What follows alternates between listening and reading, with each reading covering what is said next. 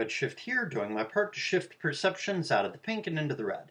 I think this whole love versus fear thing is really true. I've given it some thought because of that movie Donnie Darko, where the teacher, really pushes that idea. The part before he tells her to shove it up her ass, right? Like that part's pretty funny. But yeah, that movie, like I didn't like intentionally try to contemplate that idea, but then it occurred to me after seeing the movie several times, like I really wonder if that is true. Is it really like, it all comes down on the very deepest level to like love versus fear? And so this kind of sat on the back of my head, on the back burner, right? And then I finally had an insight about it. And I think the whole love versus fear thing really is true. Like fear for your life is probably one of the most powerful things in the world, right? But what transcends that? Some things do transcend it, such as love for your children. A lot of fathers, even a lot of mothers, are willing to give up their life for their kid.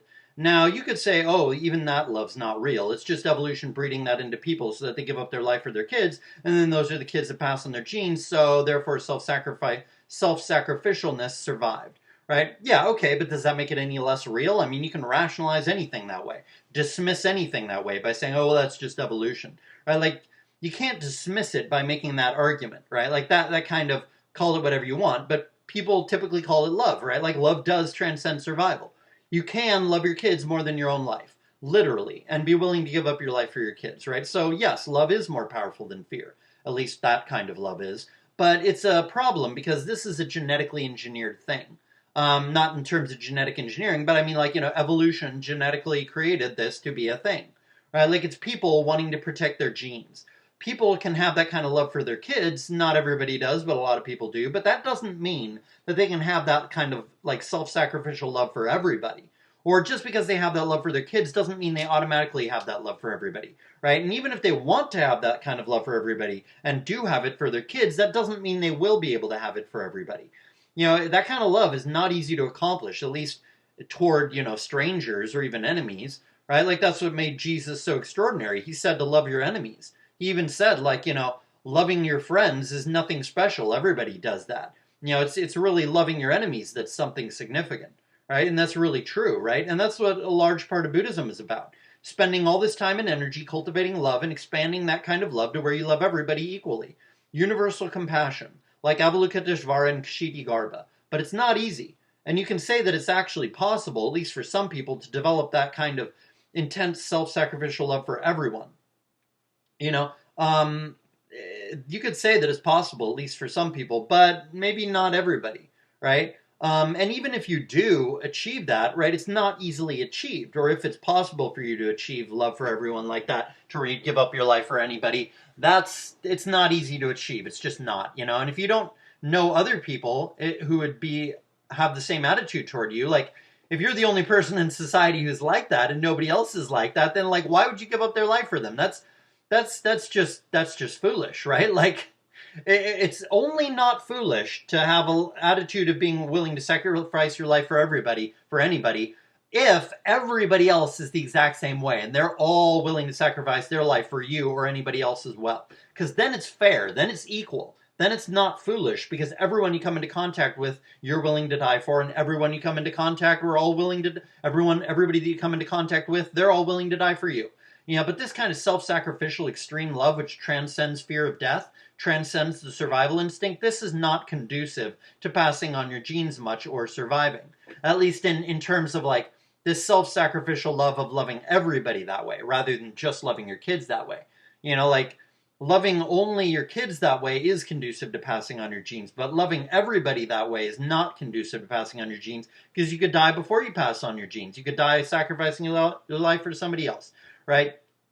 So, it's not conducive to passing on your genes much or surviving, whether surviving financially or surviving physically. It's not conducive to either of those. It's really not conducive to anything good, really, if it's just you with that attitude. It is conducive to good things on a society-wide and global scale if everybody has that attitude, right? You could say it's not even conducive to peace of mind to love everybody with that self-sacrificial love, because if you're sacrificing for other people, but they're not sacrificing for you, yeah, that maybe makes the sacrificer happy. It gives him peace of mind. He knows that he's a good person and stuff, but it's going to harm his finances. It's going to harm his prospects in other ways, and that increases your misery. So, like, whatever increase in happiness you get by being self-sacrificial like that, having universal compassion like that, is offset by the negatives of being that extremely benevolent when everybody else is not that way.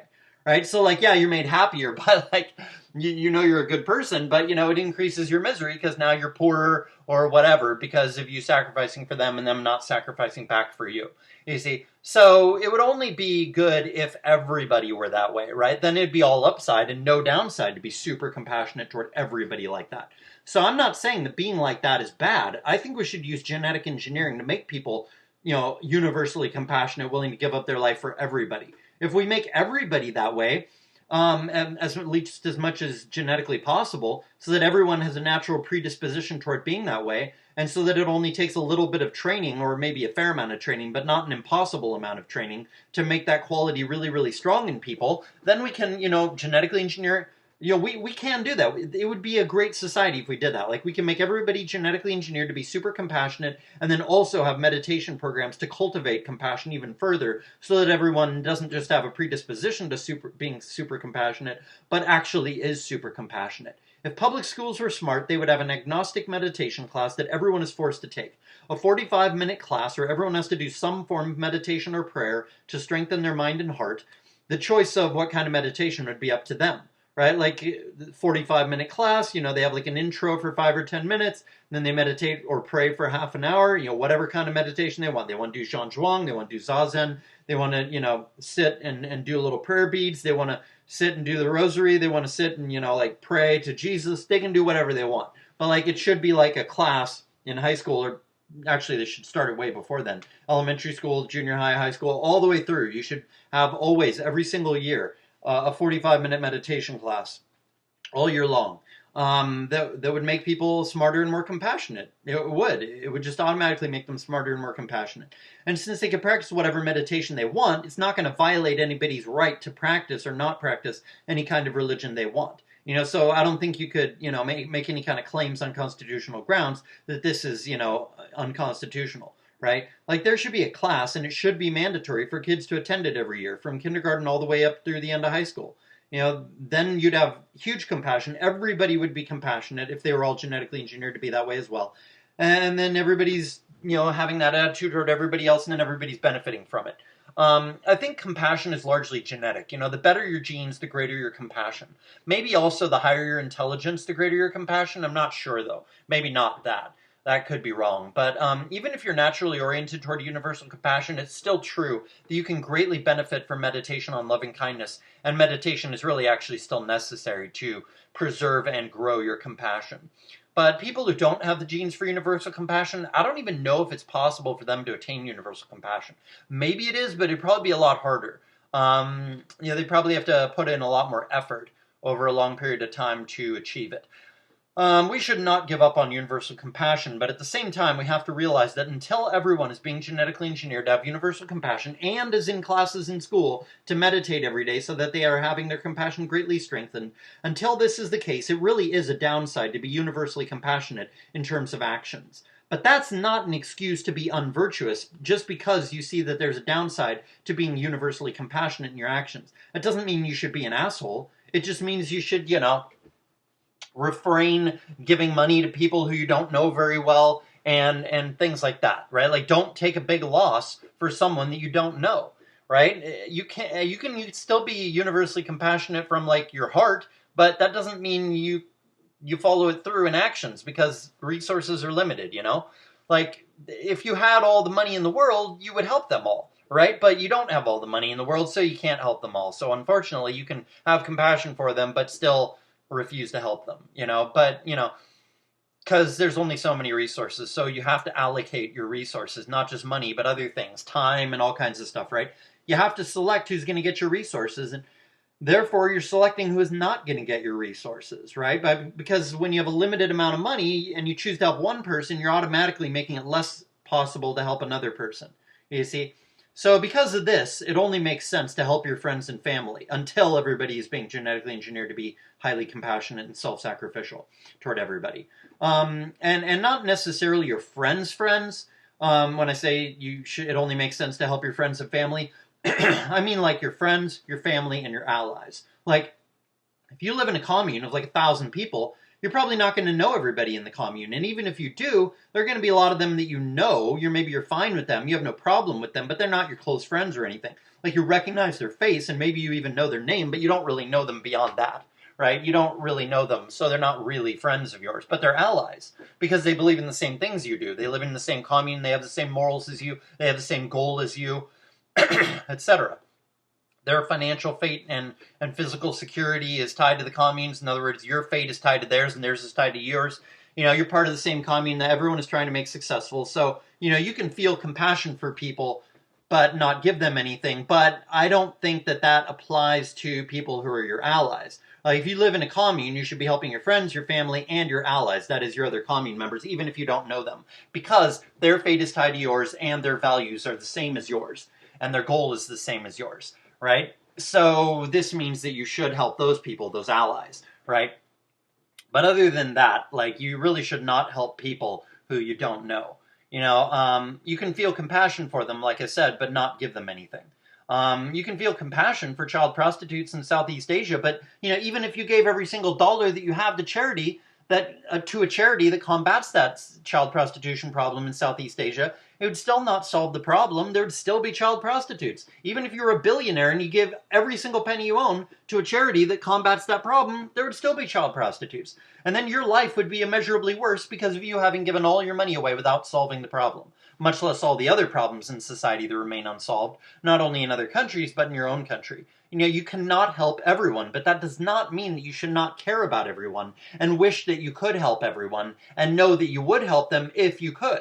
But your resources are limited, and so you should only spend your money on helping your friends, families, and helping your friends, family, and allies. But if your allies and family means, like, parents, brothers, sisters, even cousins, probably, if you're close to them, and it also means your new family, like your wife and your kids. Right? So helping family, helping friends, and helping allies. That's what you should spend your money on, and your time, and all that, right? But if your friends or family are not going to reciprocate, if they're not going to pay you back, if they're not going to sacrifice for you the way that you're willing to sacrifice for them, then you should stop being friends with those friends, should stop being close with those family members, etc. Like, just because someone's blood related does not necessarily make them an ally, right? But if someone has your same moral values and is honorable and will reciprocate, then you should view that person as an ally, and these are the people you should be most interested in helping and being willing to sacrifice for. You help them and they help you, and you're both willing to sacrifice for each other, even if they're a different race than you, right? Like, if a guy is highly honorable, highly compassionate, highly principled, very brave, very honest, very, not greedy at all, not degenerate, not vicious, not ungrateful, etc., then he's my ally. Even if he's black or Latino or whatever, and I would sacrifice for such a guy. If a white guy is vicious, ungrateful, degenerate, cowardly, dishonest, dishonorable, then he's not my ally. He's my enemy, even if he's, white, and even if he claims to be, a traditionalist or anything like that. If he's like that, he's my enemy, and I'm not going to help him. Let him burn. You should only help people that you know well. And if you are going to help people you don't know or don't know well enough, then you should only help them in small ways. So that if they turn out to be an ingrate or otherwise unvirtuous and unworthy of your time and help and unwilling to pay you, and if they're unwilling to pay you back, then you've not lost much. Because, like, if you see a person who's, asking for help on the side of the road or something and they need food, yeah, you can buy them a 10-pound bag of rice. Or sorry, not a 10-pound bag of rice, a $10 bag of rice. Or like, you can buy them a $10 bag of rice. Or even a 10-pound bag of rice. It's not that much money. That's different than giving someone thousands or tens of thousands of dollars. You know what I mean? Like, even if they turn out to be an ingrate, the person who you help by buying them a $10 bag of rice or even a 10-pound bag of rice, right? Like, it's not a big loss, so it's no big deal, right? And lesson learned, right? So you can do stuff like that on occasion because it's not a big risk, right? But that's very different than spending a ton of money on someone who you don't know that well, who might not be a virtuous person and might be an ingrate. If you lose 10 or 20 bucks because of helping someone that turned out to be an ingrate who doesn't pay you back, then it's no big deal. But if you lose thousands of dollars helping someone because that person being an ingrate and being unwilling to pay you back, then that is a big deal. And it means you have less money to help your own relatives, friends, and reliable, virtuous allies. I think we should not give up on universal compassion as an end goal of our species. And I think we should not give up and I think we should not give up on it from our hearts, but at the same time we should realize that universal compassion is a detriment if everybody's not that way. If we don't discriminate between who it is wise to give our money to and who it is not wise to give our money to, who it is wise to spend our time training and who is not wise to spend our time training, if we don't make these kinds of discriminations, then we're just going to give whoever whatever. We'll spend time on people who don't deserve it. We'll spend money on people who don't deserve it. We'll spend our time and money on people who don't have our values. Like, why would you help a polygamist when you could instead help a monogamist? Why would you help someone who believes in a belief system that is basically a war with your belief system and your culture and your values? Like, why would you do that? Why would you help your enemies? You know? So it's good to feel compassion for everybody, but not help them unless they're your allies, your friends, or family. But not because it wouldn't be good to help them unconditionally if they were worthy of it, and if everybody were that way toward you, that is universally compassionate, but you don't know that they're all like that. And most people are not like that, unfortunately. Most people don't have great compassion toward you, so you can feel compassion for other people, but you don't help them unless you know that they're worthy of it, because resources are limited. You only have so much time and money to help other people with, so you have to be careful in your choices of who you help.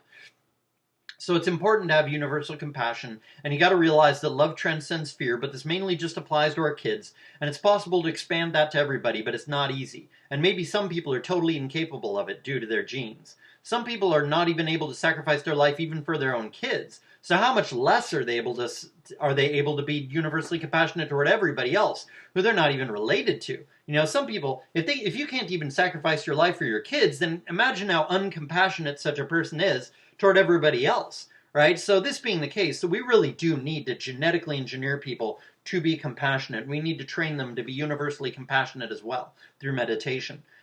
Then we can have a society where everybody is willing to give their life for everybody else in the society, and then that is the ideal. That is the best. Not just the theoretical ideal, but the societal ideal as well. You know, society would work the best if it were like that. It not just in theory, but it actually would. If everybody were universally compassionate, you know, that would be the best. Like, you know, as opposed to the other option of everybody being out for themselves alone and everybody being against everybody else and nobody having any compassion for anybody else. You know, the dog-eat-dog philosophy that the elites are promoting in television shows these days, right? And which a lot of people have these days. I mean, like Noam Chomsky said, they've been pushing this kind of attitude for this, what did he say? Noam Chomsky used a certain phrase that what they were trying to push on people many, many decades ago, maybe in the 30s or 40s or something.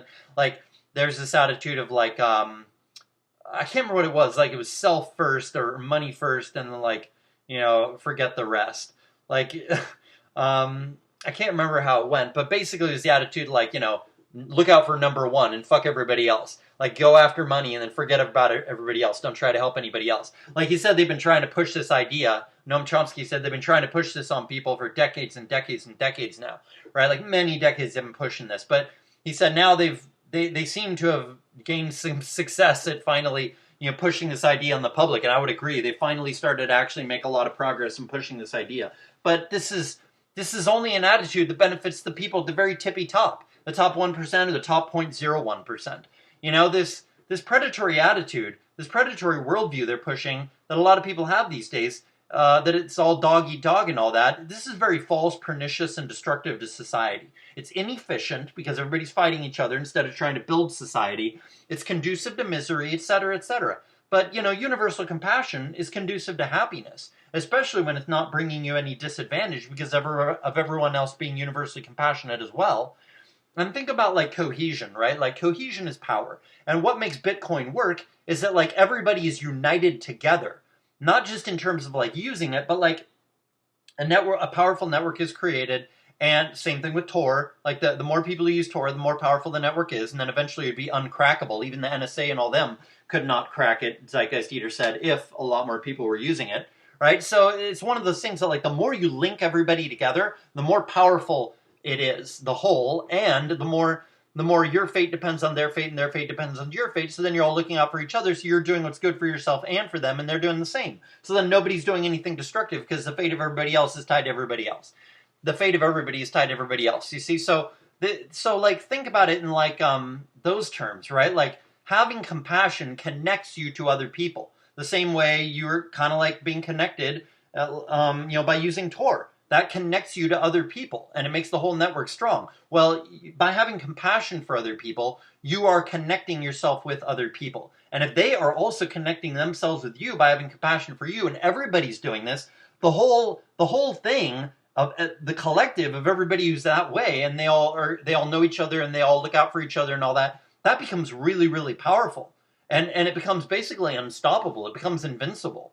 So you got to view it as that way. It really is beneficial to everybody to be that way. And so, and problems never arise, which become a big problem because everybody's looking out for everybody else. So it's not a case of like, oh, fuck those people over in, Israel who are getting, oppressed by the Israelis. Fuck them. Fuck the Palestinians.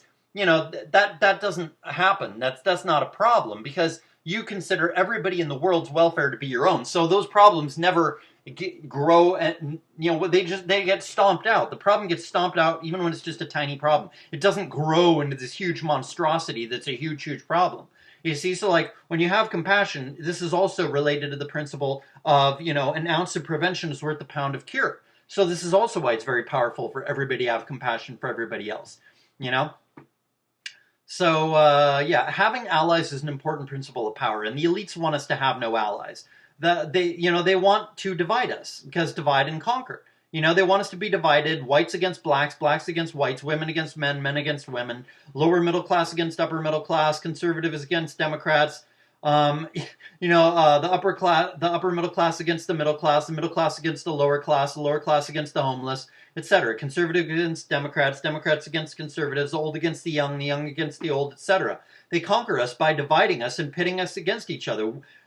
You're not looking out for yourself when you only look out for yourself. You're throwing yourself under the bus because you're dividing yourself from everybody else and making it so that the elites are going to win, especially considering they already have the advantage because they're rich and connected, and a lot of them are smarter than the average person. So you're just making their natural advantage even bigger when you divide yourself from other people by only looking out for number one. That is, only looking out for yourself. You see, they conquer us by dividing us and pitting us against each other, the elites do. So the best thing to do is to walk away and form communes, form your own communities of people that all have the same moral values, the same philosophical outlook, etc., and who are brave and compassionate and are willing to sacrifice for the other members in the commune. People in the military often become a brotherhood, and these people are often not even similar to each other at all. It's just a matter of proximity, right? Getting to know each other, having a common enemy, common goal of surviving and protecting each other, etc. Imagine how much more a commune can become a family, a brotherhood. Way more than the military, right? When the people in the commune have strong morals, the same values, good manners, the same philosophical freedom-loving outlook, the same goals of getting rid of government and creating anarcho-capitalism by way of subverting the government over a long period of time by the means of the people in the commune using eugenic breeding to get the commune very rich, very independent, very technologically developed, very politically influential, very ensconced in the government, so that the commune is both influential on the government and knows what the government is doing so it can guard itself against what the government is doing, such as if the commune has, commune members in the NSA and in the CIA, etc. And the people in the commune mastering coding because of the young commune members being high in IQ because of the eugenic breeding with sperm bank sperm, and thus those young commune members coding subversive things into existence, things which cannot be taken down by the government, things which empower the people outside the commune and therefore make the commune safer. If all the people in the commune are monogamous or compassionate and polite or hardworking or all freedom absolutists, that is anarcho-capitalists, or all willing to die for each other, etc., then that commune can absolutely be worth sacrificing for. It's better to sacrifice for such a commune, for such people in such a commune, than it is to sacrifice for your blood relatives, if those blood relatives don't share your values. Like if your sisters or cousins or aunts or uncles don't share your values, then why would you sacrifice for them? Better to sacrifice for people in a commune who you're not related to, who do share your values, And if your commune gets big enough, then your willingness to die for each other becomes just too dangerous for the government to ever dare attacking the commune. If a commune is like 10,000 people or something, the government wouldn't dare attack a commune that big. It's just way too big, and there'd be way too much bloodshed if the government tried to take a commune like that down with violence. It just wouldn't work, It'd be an absolute PR disaster, and it would encourage other people to rebel against the government when they saw how well that commune would be able to fight the government, And then that would just encourage more rebellion. The government doesn't want to take a loss like that, so it's not going to do it, you see? So the bigger your commune gets, the less likely the government is to attack you, right? So you could just grow your commune peacefully without any guns, or without much guns, and without much advocation for violence or anything. You grow the commune, and then once the commune is several thousand, 5 or 10 or 20,000 people large, then you can start getting really radical in terms of like arming yourself a ton and teaching everybody in the commune to have a, live free or die attitude so that then the commune radicalizes and then it's too big for the government to do jack shit about it. You see? So, that's how you should do it, right? And like I said, it's better to sacrifice for commune members who share your values than it is to sacrifice for blood relatives who are statists or lacking in honor or who are ingrates or who are promiscuous or sexually degenerate, etc. Right? And working together as a group is power. Having allies, especially allies not just in terms of getting rich, but in terms of building a community where your values reign, values such as monogamy, politeness, freedom, honor, etc., is power. Working together as a group like this is power. The elites want us divided, even though they themselves are united in groups like Skull and Bones, Scroll and Key, Quill and Dagger, and other groups. But if we unite by being virtuous and freedom-oriented, and by being willing to invest in loss, and by being far-sighted by doing eugenic breeding, we will have greater power than the elites because we will have more cohesiveness because of having immeasurably better morals than the elites do. And we will not infight the way that the elites infight, and we will have far greater numbers than the elites have. So we can win. We just need to become highly virtuous, highly cohesive, highly independent, highly self-sacrificial by investing in loss in order to gain power in the future. And regarding a religion to unify all the people in the commune, well, yeah, I said this in a couple other videos, so I don't think I'll repeat it, about Taiji Chuan, Liu He Bafa, and each one fitting the bill. Well, maybe I will, because I mentioned Freemasonry here. That's a good point. Number one, these health exercises improve your health. Number two, they give you a skill at self-defense. And number three, it's a form of meditation which clears and strengthens the mind, gives one more emotional control and more compassion as well. And it can be carried forward on all three of these fronts to a high level. I Chuan and Taiji Chuan practice can. And Liu He Bafa too. It can significantly improve your health, develop, so it not just improve your health a little bit, it can improve your health a lot. Right? It can increase your skill at self-defense a lot. It can greatly develop your mind and emotions to the point of even being near enlightenment or maybe even actually enlightened. I think it fits the bill quite closely, quite well, because I think the reason that Freemasonry has been so influential over the last few centuries is because it's not exclusionary. Freemasonry tells its members that they don't have to give up their religion to practice Freemasonry, and it tells them that Freemasonry will not interfere with their religious beliefs. Some people disagree that this is true, such as that one famous former Freemason who has been publicly critical of Freemasonry because he became Christian and then viewed Freemasonry as evil, but regardless, the fact remains that Freemasonry tells its members that they can keep their own religion and that there's no conflict between Freemasonry and whatever religion they are. So any kind of religion that a commune would adopt to help unify its people and or develop morality in its people would have to be something that does not interfere with any religious beliefs they may already have. And something totally non-religious, non-metaphysical, like I Chuan and Taiji Chuan, that's perfect for that, right? It doesn't interfere with religious belief at all. Zhan Chuang, aka standing stake meditation, and form practice, such as long form of Taiji Chuan and the free form movements of I Chuan, these things are great for meditation, for health cultivation, for developing skill in martial arts, and the push hands practice of Taiji Chuan and I Chuan is you could even say that that's good at developing people skills because it teaches you not to resist, to go with the flow. Everyone in the commune being practitioners of the same martial arts practices like this, like Taiji Chuan, Liu He Bafa, and I Chuan, and push hands, which both Taiji Chuan has push hands and I Chuan has push hands, although they're different. In Taiji Chuan, your right hand is on the other person's. I can't remember. One is like, your right hand is on their left hand, and your left hand is on their right hand. And then the other martial art has it the opposite way. Like your right hand is on their right hand, and your left hand is on their left hand. So there's two different kinds of push hands like that, right? And so, they both have push hands. I'm not sure if Liu He Bafa has push hands or not. But yeah, considering they all have this kind of stuff, and all these benefits come from these practices, this would definitely unify the commune. And the commune would not have any religious beliefs other than the philosophical view of seeing things in terms of the yin-yang principle, which is also not a religious belief and would not interfere with anyone's religion that they already may have. Right? It's just a fact that you can observe and experience for yourself the Tai Chi principle is, the Yin-Yang principle is, regardless of what religion you are. People in the commune should all practice I Chuan and Taiji Chuan, and should all be anarcho-capitalists, and should all believe in sound money and save in sound money. They should all have very good manners. They should all believe in having compassion for everyone in the commune and being loyal to everyone in the commune before being loyal or compassionate to anyone outside the commune.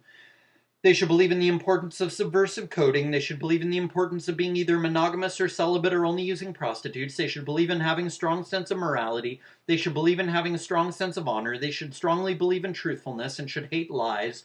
They should believe in sobriety and use intoxicants either very little or not at all.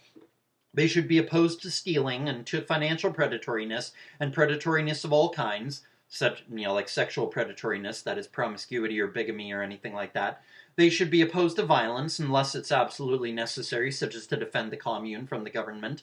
Then the people, or the sheeple, in the case of an economic collapse and the sheeple want to overrun the commune to steal its food, you'd have to defend yourself from the sheeple as well in such a situation.